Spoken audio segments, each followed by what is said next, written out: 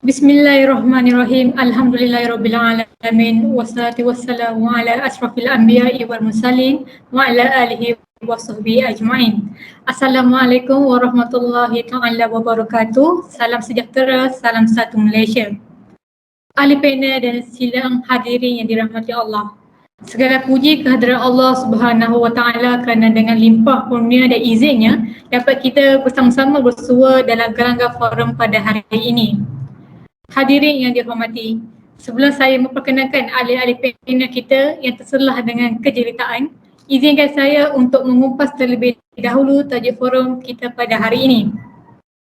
Tajuk forum kita berkisah mengenai perkara yang paling dekat dengan kita, iaitu media sosial dan personal. Perkembangan teknologi maklumat pada abad ini telah membawa satu perubahan yang sangat besar dalam kehidupan seharian masyarakat kita. Teknologi yang moden dan canggih ini telah menjadi satu keperluan dalam aktiviti manusia untuk memudahkan mereka berinteraksi, berhubung maupun melakukan tugasan mereka. Bahkan menurut Gates pada tahun 1996, beliau mengatakan bahawa kita sekarang ke arah revolusi baru yang mana teknologi ini akan mengubah cara hidup kita seperti membeli belah, bekerja, belajar, bahkan berkomunikasi. Dan antara bentuk media yang mendapat perhatian setiap mereka umur dalam teknologi canggih ini adalah media sosial. Golongan remaja khususnya banyak menggunakan media sosial dan ia sudah menjadi satu trend untuk mengisi masa lapang, terutama ketika pandemik COVID-19 ini.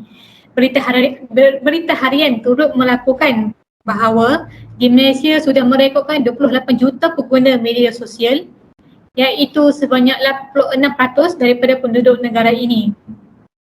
Dalam hal ini, sudah banyak spekulasi isu-isu mengenai media sosial telah dibangkitkan dan sehingga kini masih tiada penyelesaian yang utuh kepada masalah ini. Hal ini demikian kerana segalanya adalah bermula daripada tanggungjawab kita sendiri untuk memainkan peranan itu. Baiklah sidang hadirin, tidak saya ingin ulaskan dengan lebih mendalam kerana perkara itu akan dibincangkan sendiri dalam forum ini bersama ahli-ahli panel kita. Molek kita berkenalan dengan mereka. Kita mulakan dengan panel pertama kita, Saudari Novatin Afika. Beliau merupakan Ketua Jabatan Transformasi dan Penggunaan Digital Suruhanjaya Komunikasi dan Multimedia Malaysia, iaitu SKMM. Seterusnya, Saudari panel kedua, Fatin Nur Syamimi. Beliau seorang pensyarah di UiTM Cawangan Negeri Sembilan, Kampus Rembau, di bawah Fakulti di bawah Fakulti Komunikasi dan Pengajian Media. Dan panel terakhir ialah Saudari Nur Atika. Beliau merupakan seorang pengurus media sosial. Usai perkenalan kita bersama ketiga-tiga ahli panel, kita teruskan kepada topik perbincangan kita, iaitu media sosial dan personal. Sidang hadirin yang dihormati, soalan pertama ini ingin saya ajukan kepada Saudari Fatin Nur Afika. Apakah pandangan saudari terhadap kontroversi personal dalam media sosial ini dan sejauh mana kontroversi ini boleh berlaku sehingga dikatakan mampu mendatangkan keburukan kepada pengguna media sosial? Mohon saudari memberikan penjelasan terhadap perkara tersebut. Silakan saudari. Terima kasih kepada saudari moderator atas soalan yang diberikan. Baiklah, sebelum saya menyentuh kontroversi di dalam media sosial ini, adalah lebih baik kita memahami terlebih dahulu mengapa wujudnya kontroversi sedemikian. Hal ini berpunca daripada perkembangan teknologi dan juga aplikasi baharu yang berkembang dari semasa ke semasa, sekaligus telah menjadikan media baharu lebih dominan berbanding media tradisional. Hal ini telah menyebabkan cara kita berkomunikasi telah bertukar daripada komunikasi tradisional secara bersemuka digantikan kepada komunikasi atas talian atau berperantaraan komputer yang berasaskan internet. Bukan itu sahaja, malah pembentukan masyarakat juga telah berubah daripada masyarakat yang kecil atau berpuak kepada masyarakat maya. Walaupun pada mulanya komunikasi berperantaraan atau juga dikenali sebagai CMC, iaitu Computer Mediated Communication, kurang Menyediakan interaksi interpersonal kerana kekurangan isyarat verbal untuk mentafsir maksud suatu mesej dan juga bersifat tidak peribadi. Namun, kesan globalisasi dan juga kecanggihan teknologi yang semakin pesat, media ini mempunyai ciri-ciri convergence, rangkaian digital, capaian global, interaktiviti dan juga komunikasi ramai kepada ramai yang menggabungkan semua elemen komunikasi iaitu lisan, tulisan, visual, data dan juga bunyi. Contoh media baharu yang mempunyai ciri-ciri ini ialah seperti media sosial, Instagram, Twitter, Facebook, YouTube dan lain-lain. Namun dari sudut lain, media sosial juga mempunyai sisi yang buruk ya. Pelbagai isu dan juga kontroversi yang lahir daripada penggunaan media sosial. Antaranya ialah pemalsuan maklumat, penyebaran fitnah dan gosip, pelayaran web negatif, aktiviti perjudian dan banyak lagi. Hal ini disebabkan oleh prinsip media sosial itu sendiri yang bersifat perkongsian. Baiklah, contoh pertama perkongsian media sosial ialah sebelum seseorang pengguna media sosial itu dibenarkan untuk menggunakan aplikasi tersebut, mereka hendaklah mendaftar terlebih dahulu dengan memasukkan nama, email, nombor telefon dan banyak lagi. Dan contoh kedua pula ialah pengguna media sosial akan berkongsi kehidupan seharian mereka dengan memuat naik gambar, video dan juga hantaran. Hal ini telah menyebabkan mereka yang tidak bertanggungjawab mengambil kesempatan untuk mencuri maklumat peribadi daripada akaun pengguna media sosial. Dan akhirnya disalahgunakan seperti penipu ataupun scammer menggunakan maklumat peribadi kita untuk ugut diri kita sendiri, keluarga, kawan-kawan untuk mendapatkan wang. Baiklah, bukan itu sahaja, perkongsian kita di media sosial juga boleh menyebabkan fitnah dan penyebaran berita palsu terjadi. Mereka boleh menyunting gambar kita atau melakukan deepfake kepada gambar-gambar yang tidak elok dan nampak seperti asli serta akhirnya menyebabkan kita difitnah dengan sesuatu yang kita tidak lakukan. Oleh itu, kita sebagai pengguna media sosial perlulah berhati-hati dan tapis terlebih dahulu perkongsian tersebut sebelum dimasukkan ke dalam akaun media sosial kita. Baiklah, itu sahaja daripada saya. Saya kembalikan kepada moderator. Terima kasih saudari atas penjelasan yang diberikan. Benar apa yang dikatakan saudari Fatin Afika. Kemunculan kontroversi dan isu-isu di media sosial adalah disebabkan perkembangan teknologi itu sendiri tanpa ada had dalam penyebaran maklumat terutamanya. Kontroversi seperti scammer, penyebaran berita palsu dan banyak lagi sudah acap kali kita dengar di berita malah di media sosial sendiri. Semua perkara ini boleh kita cegah sekiranya kita lebih bertanggungjawab dalam menjaga privasi kehidupan kita dan tidak sewenang-wenangnya berkongsi secara terus dalam media sosial. Oleh itu, soalan seterusnya saya ingin ajukan kepada panel kedua kita, saudari Nur Atika. Baiklah, sebentar tadi kita sudah berbicara mengenai kontroversi dalam media sosial. Namun begitu, adakah kontroversi ini hanya berlaku dalam Facebook, Twitter, Instagram atau mana-mana aplikasi popular? Jadi, bolehkah saudari uruskan dengan lebih terperinci mengenai apa itu media sosial dan bagaimana yang dikatakan dengan khalayak tumpuan? Silakan saudari. Terima kasih saudari moderator atas soalan yang diberikan. Baiklah, seperti yang kita sedia maklum, media sosial merupakan salah satu media yang sering digunakan pada masa kini. Media sosial dapat didefinisikan sebagai sejenis media yang digunakan secara atas talian dengan membolehkan para pengguna dengan mudah untuk menyertai, berkongsi dan mencipta isi kandungan tersendiri. Andreas Kaplan dan Michael Hanlon mendefinisikan media sosial sebagai sebuah kumpulan aplikasi berasaskan internet yang membangun atas dasar ideologi dan teknologi web 2.0 dan yang membolehkan penciptaan dan pertukaran. Media sosial ini datang dalam pelbagai format termasuk blog, rangkaian sosial, Wikipedia, forum dan dunia maya di mana ia membolehkan seseorang pengguna itu memuat naik dan berkongsi karangan, gambar, video, audio dan grafik sesama rakan sempenggunaan yang boleh memberi maklum balas secara terbuka dalam masa yang lebih cepat dan tidak terhad ruang berbanding media tradisional. Apabila menyebut mengenai media sosial, ramai yang mengaitkannya dengan jaringan sosial yang dikatakan sinonim dengannya. Terdapat persamaan antara media sosial dan rangkaian sosial yang menjadikan ramai orang menggunakan istilah ini secara bergantian. Walaupun kelihatan sama, namun masih terdapat perbezaan besar antara kedua-duanya. Baiklah, sebelum menerangkan dengan lebih lanjut mengenai rangkaian sosial, saya akan menerangkan terlebih dahulu apa itu rangkaian. Rangkaian merupakan satu proses untuk bertukar maklumat atau perkhidmatan di antara kumpulan, individu atau institusi yang dikenali sebagai rangkaian dalam talian. Contoh rangkaian dalam talian ialah internet, di mana ianya adalah rangkaian global yang terdiri daripada rangkaian lain dan rangkaian ini saling berkaitan. Rangkaian sosial pula ialah penciptaan hubungan perniagaan dan peribadi dan mengekalkan persekitaran interaktif dengan tujuan membina rangkaian. Dalam rangkaian sosial, profil dibina dengan butiran peribadi dan kandungan berdasarkan interaksi orang. Persamaan antara media sosial dan rangkaian sosial ialah kedua-dua memberi tumpuan kepada aktiviti dalam talian. Persamaan yang berikutnya ialah keduanya bergantung pada permasaran virus untuk mencapai maklumat yang ditetapkan. Baiklah, setelah mengetahui persamaan antara kedua-duanya, sekarang saya akan menghuraikan mengenai perbezaannya. Perbezaan yang utama adalah matlamat media sosial dengan rangkaian sosial. Matlamat media sosial adalah untuk berinteraksi dan menyebarkan khabar angin, manakala matlamat rangkaian sosial adalah untuk membina rangkaian dan juga memupuk hubungan.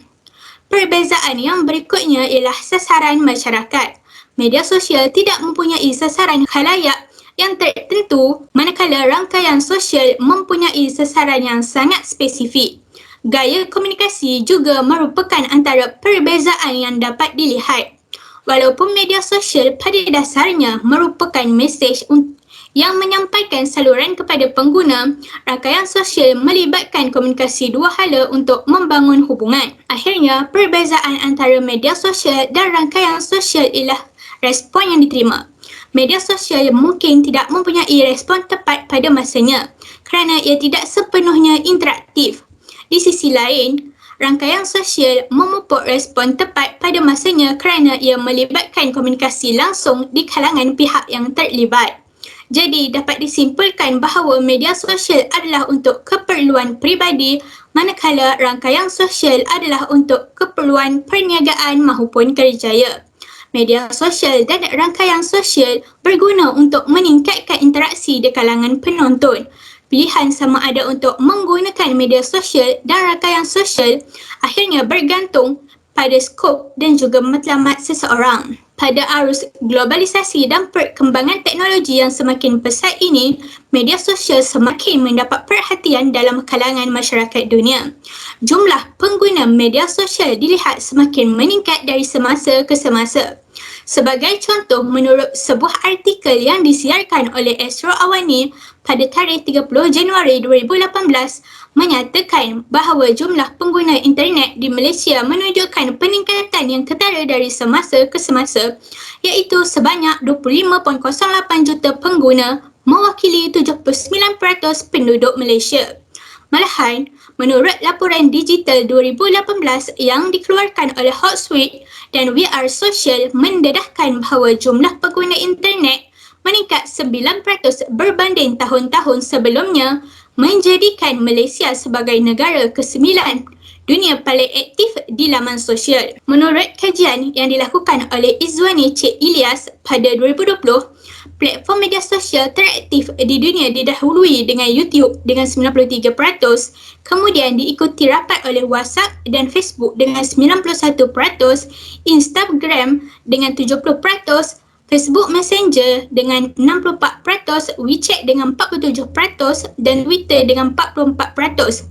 Manakala, bagi media sosial di bawah 40%, pengguna adalah terdiri daripada LinkedIn dengan 29%, Skype dengan 26%, Pinterest dengan 25%, Line dengan 22%, Snapchat dengan 21%, Tumblr dengan 20%, Reddit dengan 16%, Twitch dengan 14% dan Sina Weibo dengan 13%.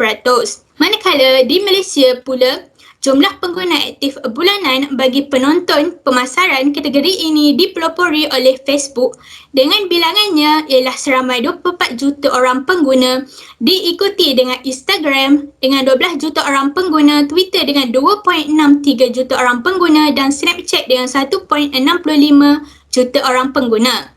Oleh itu, jelaslah bahawa media sosial sering mendapat perhatian dan kunjungan daripada masyarakat dunia tanpa sebarang batasan.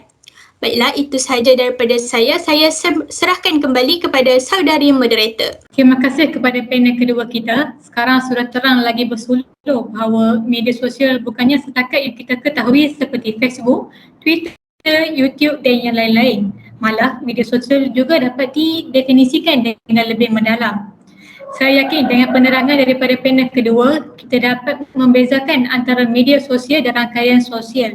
Namun begitu, apa yang pasti, kedua-duanya mempunyai fungsi yang sama, iaitu tumpuan kepada aktiviti atas talian. Di samping itu juga, kita dapat mengetahui dengan lebih terperinci jumlah pengguna dalam platform media sosial yang teraktif di dunia. Maka saya teruskan kepada soalan terakhir yang ingin saya ajukan kepada panel ketiga kita, Saudari Fatin Nur Syamimi. Seperti mana yang dikatakan oleh panel pertama dan kedua kita mengenai kontroversi dalam media sosial, kita dapat fahami perkara itu telah menjadi satu kelemahan ataupun keburukan media sosial, ekoran daripada sikap tidak bertanggungjawab oleh pengguna sendiri. Jadi, apakah panduan dan peraturan yang boleh kita amal dan patuhi bagi menggunakan media sosial dengan cara yang betul? Silakan saudari. Terima kasih kepada saudari Farah selaku moderator. Assalamualaikum dan salam sejahtera buat panel yang pertama dan juga panel kedua serta penonton yang menonton forum ini. Saya akan teruskan forum ini dengan panduan dalam menggunakan media sosial. Jadi kita sudah mendengar tentang kontroversi yang akan berlaku jika kita menggunakan media sosial dengan cara yang tidak baik, dan juga kita telah mendengar tentang definisi dan takrifan tentang media sosial dan juga rangkaian sosial. Jadi saya akan teruskan forum ini dengan panduan.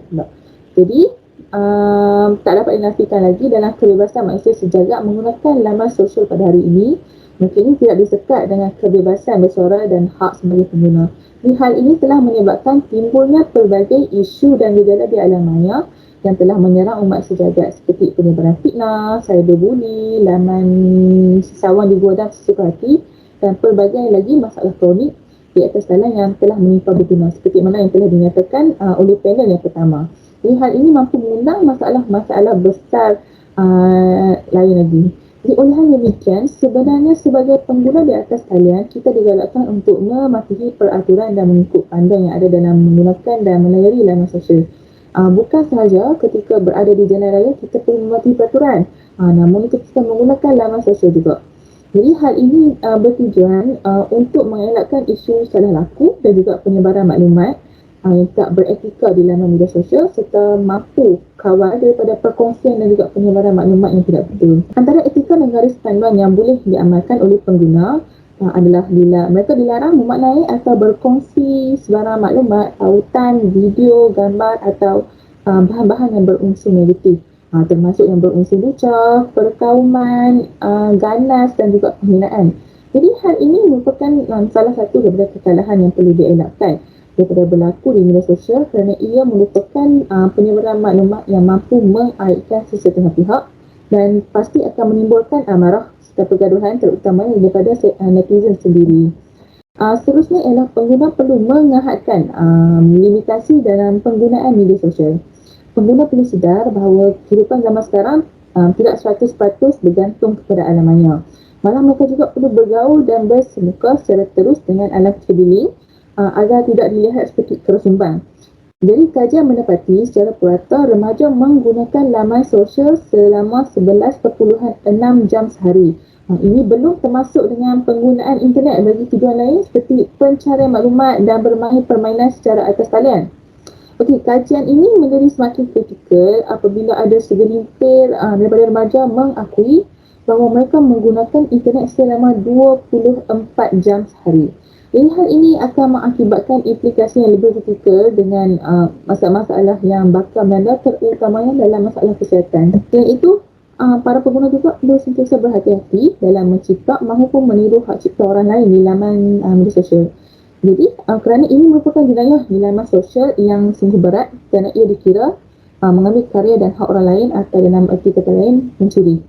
Kalau disabitkan kesalahan, mereka ini boleh didakwa atas Akta Hak Cipta 1987 mengikut Seksyen 41 kurungan G kerana telah mencipta dan mencuri hak cipta orang lain. Jadi hal ini perlu dielakkan kerana jenayah cyber ini sangat menggerunkan.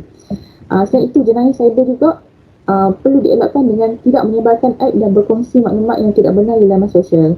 Jadi penggunaan teknologi komunikasi kini telah banyak disalahgunakan oleh pembuli cyber. Jadi buli cyber ini tidak melibatkan fizikal tapi dia melibatkan emosi, itu dalaman kita. Jadi para pengguna ini perlu sedar bahawa perbuatan ini merupakan jenayah yang melibatkan emosi yang sangat berat terhadap diri seseorang manusia yang menghadapinya dan boleh menyebabkan kesedaran mental. Oleh hal yang demikian, awasi diri kita sebagai pengguna agar tidak terjebak dengan jenayah seperti ini. Sebenarnya terlalu banyak garis panduan yang boleh pengguna di laman media sosial ini ikut dan jadikan sebagai panduan dalam menggunakannya. Hal ini adalah untuk membendung masyarakat daripada menjadi golongan yang tidak berperikemanusiaan dan tiada etika dalam menggunakannya. Jadi nasihat saya kepada masyarakat adalah bukanlah kita sahaja yang melayari atau menggunakan laman sosial ini. Malah setiap manusia dari segala aspek turut menggunakannya. Jadi berhati-hatilah ketika menggunakannya. Sekian sahaja daripada saya. Terima kasih. Terima kasih saudari atas penjelasan yang diberikan. Benar apa yang dikatakan saudari Fatin sebentar tadi. Setiap perkara yang kita ingin lakukan sudah pasti ada tata caranya tersendiri. Soalan terakhir ini lebih kita bicarakan mengenai etika dan etiket dalam menggunakan media sosial. Tidak semua perkara yang kita lakukan perlu dikongsi di laman sosial. Ada sebab kenapa kita tidak dibenarkan untuk berkongsi secara sesuka hati. Kita sekarang hidup di zaman teknologi di mana semua orang berhubung dengan teknologi. Ini adalah komuniti maya yang tidak dapat kita sangka lagi kerana komuniti tersebut datang daripada pelbagai bangsa, agama, negara dan lain-lain. Jika jadi banyak perkara yang perlu kita jaga, terutamanya dari segi posting dan tidak tutur agar kita tidak menyentuh mana isu sensitivity tanpa kita sedari. Demikian tadi merupakan rumusan terakhir daripada perbincangan kita mengenai media sosial dan personalan. Konklusinya, semua pengguna bertanggungjawab untuk tidak menyalahgunakan platform media sosial untuk perkara yang tidak elok. Media sosial adalah medium untuk menyebarkan dan menyampaikan maklumat. Banyak lagi fungsi yang boleh kita lakukan di media sosial seperti menyampaikan kritikan, saling bertukar pendapat dan lain-lain lagi. Oleh itu, sebelum melakukan apa-apa, berfikir dahulu agar kita tidak menyesal di kemudian hari. Terima kasih kepada semua ahli panel yang sudah hadir untuk membicarakan topik media sosial dan personal ini. Semoga forum ini menjadi wadah untuk melahirkan pengguna media sosial yang berhemah dan prihatin terhadap isu-isu semasa yang berlaku. Harapan saya, forum ini mampu memberikan informasi yang bermanfaat kepada semua hadirin yang dihormati. Sidang hadirin yang dihormati, kalau berjalan dah sampai ke batas, kalau berkayau dah sampai ke pulau, kalau mendaki dah sampai ke puncak, kita telah sampai ke penghujung bicara. Saya selaku moderator pada hari ini memohon maaf dan ampun sekiranya ada tersalah bicara dalam tutur kata ketika forum ini berlangsung. Dengan itu, saya mohon untuk mengakhiri perbincangan ini, selanjutnya mohon mengundur diri. Salam hormat sehingga kita ketemu lagi. Sekian wabillahi taufiq wal hidayah. Wassalamualaikum warahmatullahi wabarakatuh.